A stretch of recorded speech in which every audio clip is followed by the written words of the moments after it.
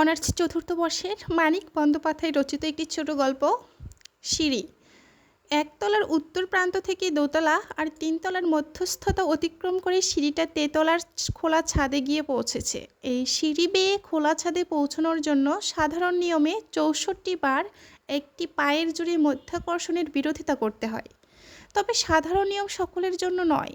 এমন মানুষও জগতে আছে যারা সিঁড়ি দিয়ে উপরে উঠবার সময় দুটো তিনটে ধাপ একেবারে ডিঙিয়ে যায়। এরা মানুষ হয়েও ঠিক মানুষ নয়, মহামানব। মহামানব এই জন্যে যে এই জগতে মহামানবই নেই, কারণ মেয়েরা কোনোদিন দুটো তিনটে ধাপ ডিঙিয়ে উপরে ওঠে না, ক্ষমতাও নেই, বাধাও আছে। 64 ধাপের সিঁড়িটাকে ঢাকা দেওয়ার ছাদটুকুর উপরে পাতলা দেয়াল আর টিনের চালের একটি চিলেকুঠি আছে এ বাড়িতে। পথ থেকে বাড়ির ভিটেই উঠবার জন্য আর একতলার বারান্দা থেকে উঠানে নামবার জন্য এ বাড়িতে ধাপের ব্যবস্থা মোটে একটি করে, কিন্তু চিলেকুঠিতে উঠা নামার জন্য ধাপ আছে দুটি, তাই এও একটা সিঁড়ি। দুটি একের সমষ্টি যখন দুই এবং ধাপের সমষ্টি মাত্রেই সিঁড়ি। চিলেকুঠিতে সিঁড়ি থাকার গৌরব না দিয়ে উপায় নেই। 64 ধাপের সিঁড়িটিকে বাড়ির ছায়ায় শীতল করে রাখে। চিলেকুঠির সিঁড়ি কিন্তু চিলেকুঠিতে ছায়া পায় শেষ বেলায়। গ্রীষ্মকালেও সূর্য যখন নিস্তেজ, মেঘলা দিন বাদ দিয়ে শীতের 2 মাস পরেও দুপুরবেলা চিলেকুঠিটি হয়ে থাকে শীতার্ত মানুষের স্বর্গ, আর সিঁড়িটি হয়ে থাকে আগুন। শীত গ্রীষ্ম নির্বিশেষে যে শীতার্ত, তারও পায়ের পাতা পুড়িয়ে দেয়। ডান পায়ের চেয়ে ইতির বাঁ পাটি লম্বায় 1 ইঞ্চি ছোট। রস্য পাখানি প্রথম ধাপে নামিয়েই সে তুলে নেয়। ব্যাপারটা মানবকে ভালো করে বুঝিয়ে দেবার জন্য দাঁতের ফাঁকে সজোরে শব্দ করে, ইস। মানব বলে, গরম বুঝি? ইতি বলে, আগুন হয়ে আছে। ঘরে কুজোয় জল ছিল, একতলা থেকে মানবের নিজের বয়ে আনা জল। কুজো কাত করে মানব সিঁড়িতে জল ঢেলে দেয়। যতক্ষণ সে জল ঢালতে থাকে ইতি কোনো কথা বলে না। সবটুকু জল মানব ঢেলে দেয় কিনা দেখার জন্য ইতি চুপ করে থাকে। কুজো খালি হয়ে গেলে মানবের হাত চেপে বলে, সব জল ঢেলে দিলে একটু খেতাম আমি, তেষ্টা পেয়েছে। এতক্ষণ খাওনি কেন? এতক্ষণ কি মনে ছিল? জল দেখে খেয়াল হলো। মানব একটু হাসে। 40 বছরের পুরনো মুখখানায় 7 দিনের দাড়ি গোঁফ জমেছে। বাঁদিকের গালটি কবে যেন চিরে সেলাই করে দেওয়া হয়েছিল। ঘাম মুছে মুছে মাজা বাসনের মতো কপাল চিকচিক করছে। তামাকের ধোঁয়ায় ঠোঁটটুটি কালো। দাঁতে আর মুখে বেহিসেবি পান খাওয়ার ইতিচিহ্ন। শান্ত নির্মল হাসিটুকু তাই আরও অপূর্ব মনে হয়। ইতির মুখও সলজ্জ হাসিতে ভরে যায়। ব্রণের ছোট ছোট গর্ত ভরা দুটি গালেই টোল পড়ে সৃষ্টি হয় বড় গহ্বরের। মানব বলে, চলো নিচে যাই। তুমি জল খাবে, আমি কুজোটা ভরে নিয়ে আসবো। ইতি বলে, তোমার তেষ্টা পায়নি?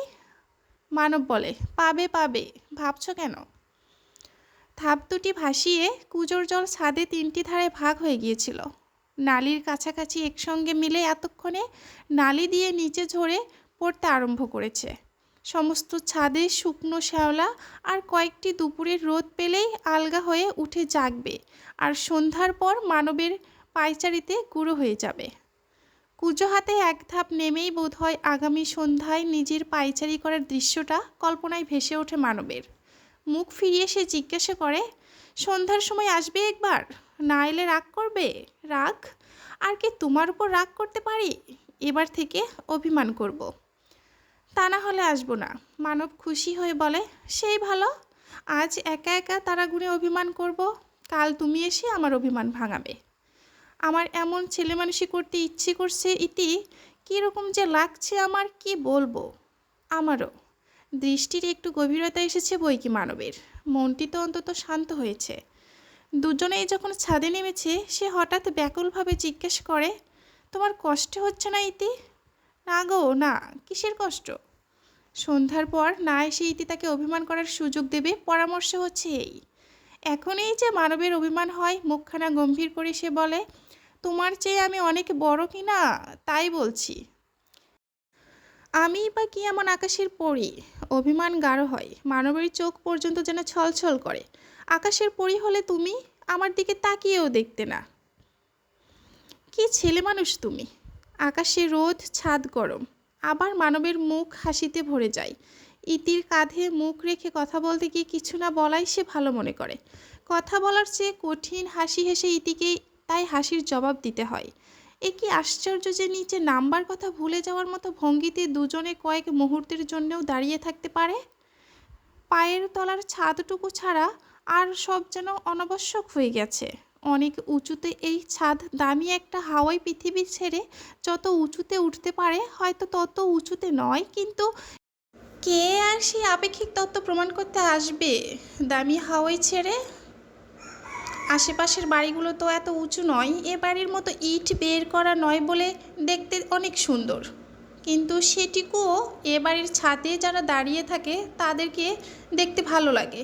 চোখ মেলেই সমগ্রভাবে সব কিছু চোখে পড়ে। তাছাড়া পাওয়া যায় আচ্ছন্ন অভিভূত হওয়ার একটি অতিরিক্ত ক্ষমতা। ইস, এবার মানবের চমক লাগে। গরম বুঝি? আগুন হয়ে আছে। মানব আফসোস করে বলে, তোমাকে আজ খালি কষ্ট দিচ্ছি। দিচ্ছই তো, খালি খালি কষ্ট দেওয়ার কথা বলছো? 64 ধাপের সিঁড়ির ছায়াতে নেমে যাওয়া মাত্র দুজনে যেন আশ্চর্য হয়ে পরস্পরের মুখের দিকে তাকায়। মানব বলে, সিঁড়িটা তো বেশ ঠান্ডা। ইতি সান্ত্বনা দিয়ে বলে, গরম থেকে এলে কি না, এতক্ষণ কিন্তু বুঝতেই পারিনি তোমার ঘরটা কি গরম।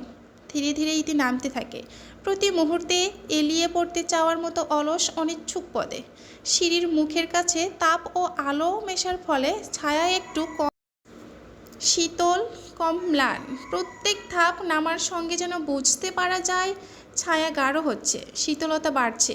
কিন্তু এই গরমে কোনো ছায়া এমন শীতল হতে পারে না যে একটু আরাম দেওয়ার বেশি কিছু দিতে পারবে। ইতি কিন্তু এবার শিউরে ওঠে। জ্বরের রোগীর গায়ে কেউ যেন হঠাৎ বরফের ছেঁকা দিয়েছে। তেতলার বারান্দায় বছরখানেকের ছেলে কোলে একটি মেয়ে দাঁড়িয়েছিল। ছেলেটি চুষছিল চুষিকাঠি আর মেয়েটি চুষছিল ছেলেটির গোটা তিনেক আঙুল। সিঁড়ির মাঝামাঝি বাঁকের ধাপটি একটু প্রশস্ত, সেখানে দাঁড়িয়ে ইতি শিহরণটুকু সামলায়। তারপর ফিরে যাওয়ার উপক্রম করে, কিন্তু উপক্রম করেই ক্ষান্ত হয়। ছুটে পালানোর এই আকস্মিক প্রেরণার জন্যই বোধহয় মুখখানা একটু অপ্রসন্ন ও ক্লিষ্ট হয়ে ওঠে। ততক্ষণে মানব এদিকে ভদ্রতা করে ফেলেছে। মায়ে পয়ে কি হচ্ছে? মেয়েটি মাথায় কাপড় তুলে দেয়। মুখ থেকে ছেলের আঙুল খসে পড়ে। অনাবশ্যক নীরবতার সঙ্গে খানিকক্ষণই ইতির দিকে চেয়ে থেকে বলে, এমনি দাঁড়িয়ে আছি। নরেন আজ কখন অফিসে চলে গেল জানতেও পারিনি। উনি ভোরবেলা বেরিয়ে গেছেন, আমার বোনের বাড়ি হয়ে আপিস যাবেন। আজ ধীরে সুস্থে রান্না করেছি, একেবারে রাত ভোর না ভেবেছিলাম, হঠাৎ আমার দেওর এসে পড়ল কি না, তাই রেঁধেছি। রেঁধে বেড়ে না খাওয়ালে নিন্দে করতো না, গিয়ে বলতো ভাইকে তো পর করেইছি, বাড়িতে এলে একবেলা খেতেও বলি না। এইমাত্র চলে গেল। কেন এসেছিল জানেন? টাকা চাইতে। এদিকে আমার নিন্দে ছাড়া মুখে কথা নেই। দাদাকে বাড়িতে না পেয়ে আমার কাছে দিব্যি 10 টাকা চেয়ে বসলো। আমি বললাম, আমি টাকা কোথা পাবো, দাদার কাছে থেকে নেবেন। তুই ছাদে কি করছিলি ইতি? ইতি বলে, বাড়ি ভাড়া দিতে গিয়েছিলাম, মা বললে ভাড়া টাকাটা দিয়ে আয়, তো সেই জন্য। ছেলের ভার ডান হাত হতে বাঁ হাতে গ্রহণ করে আবার মেয়েটি অনাবশ্যক নীরবতার সঙ্গে ইতির দিকে খানিকক্ষণ চেয়ে থাকে। তারপর হঠাৎ একটা ভুলে যাওয়ার কথা মনে পড়িবার ভঙ্গিতে বলে, ও হ্যাঁ, আমাদের ভাড়ার টাকাটাও তো দেওয়া হয়নি, কি করেই বা দেব? কাল তো মোটে মাইনে পেলেন, আজ দিতে বলে গেছেন। একটু দাঁড়ান, টাকাটা এনে দেই কেমন? খোকাকে একটু ধরবি ভাই ইতি। ইতির কোলে ছেলে দিয়ে আঁচলে বাঁধা চাবির গোছায় বার কয়েক ঝনাত করে শব্দ তুলে ঘরের ভিতরে মেয়েটি বাক্স খোলে।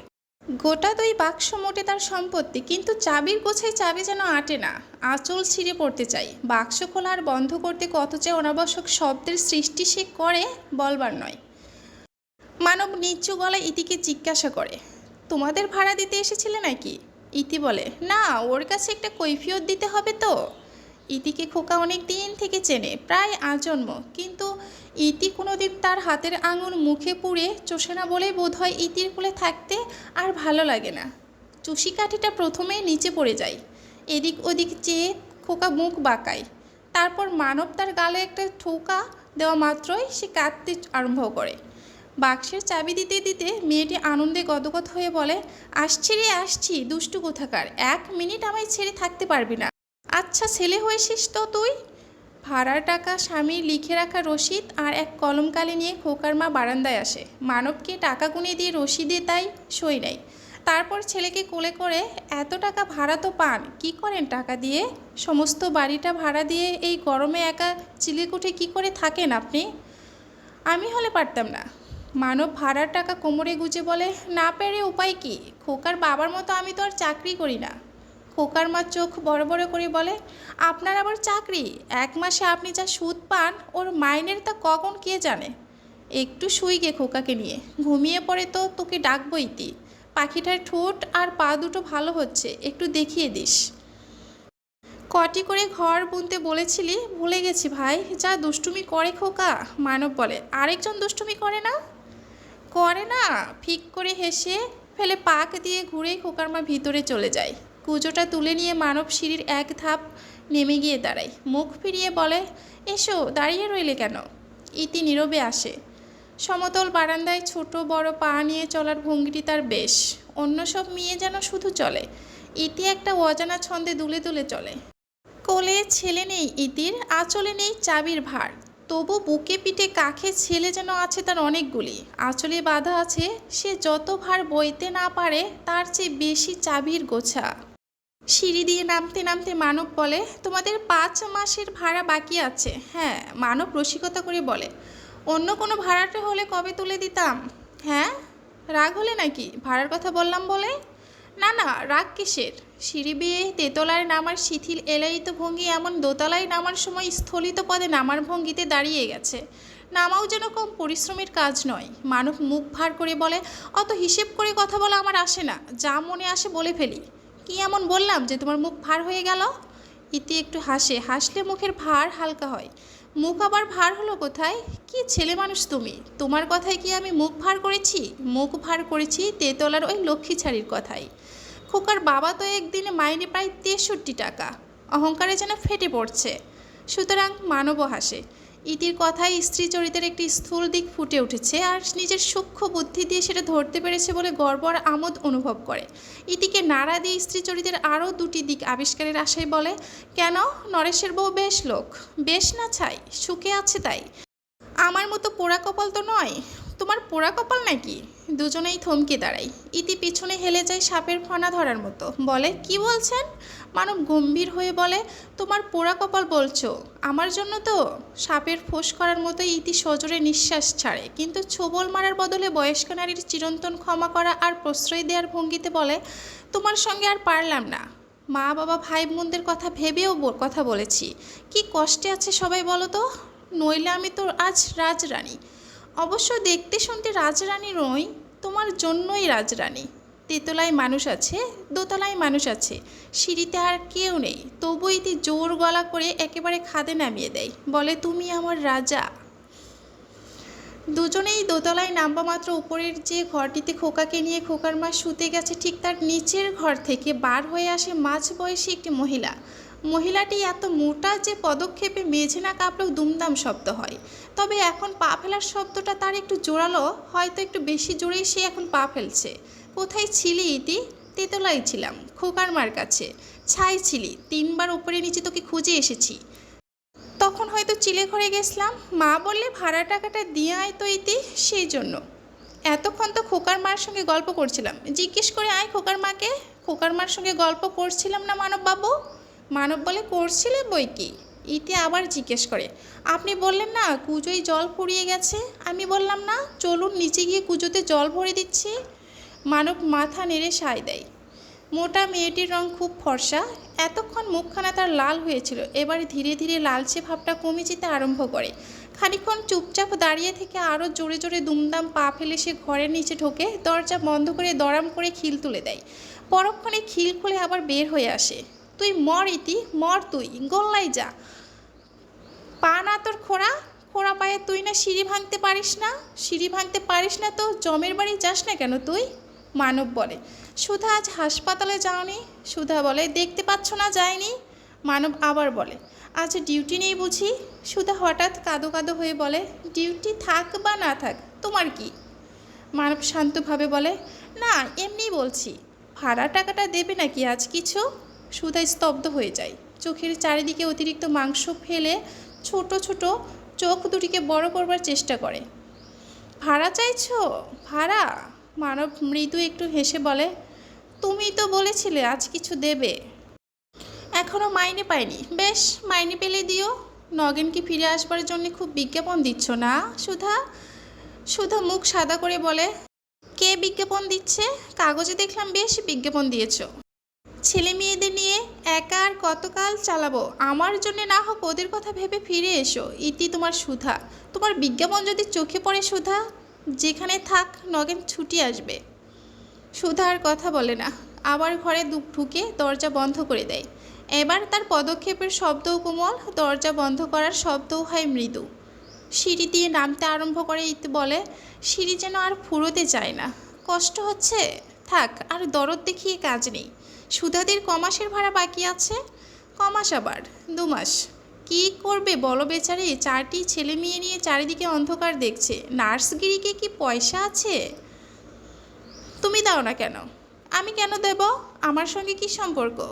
আর 2 মাস দেখব। ভাড়া যদি না মেটায় স্পষ্ট বলে দিব, বিনা ভাড়ায় যে বাড়িতে থাকতে পারবে সেখানে গিয়ে থাকোগে।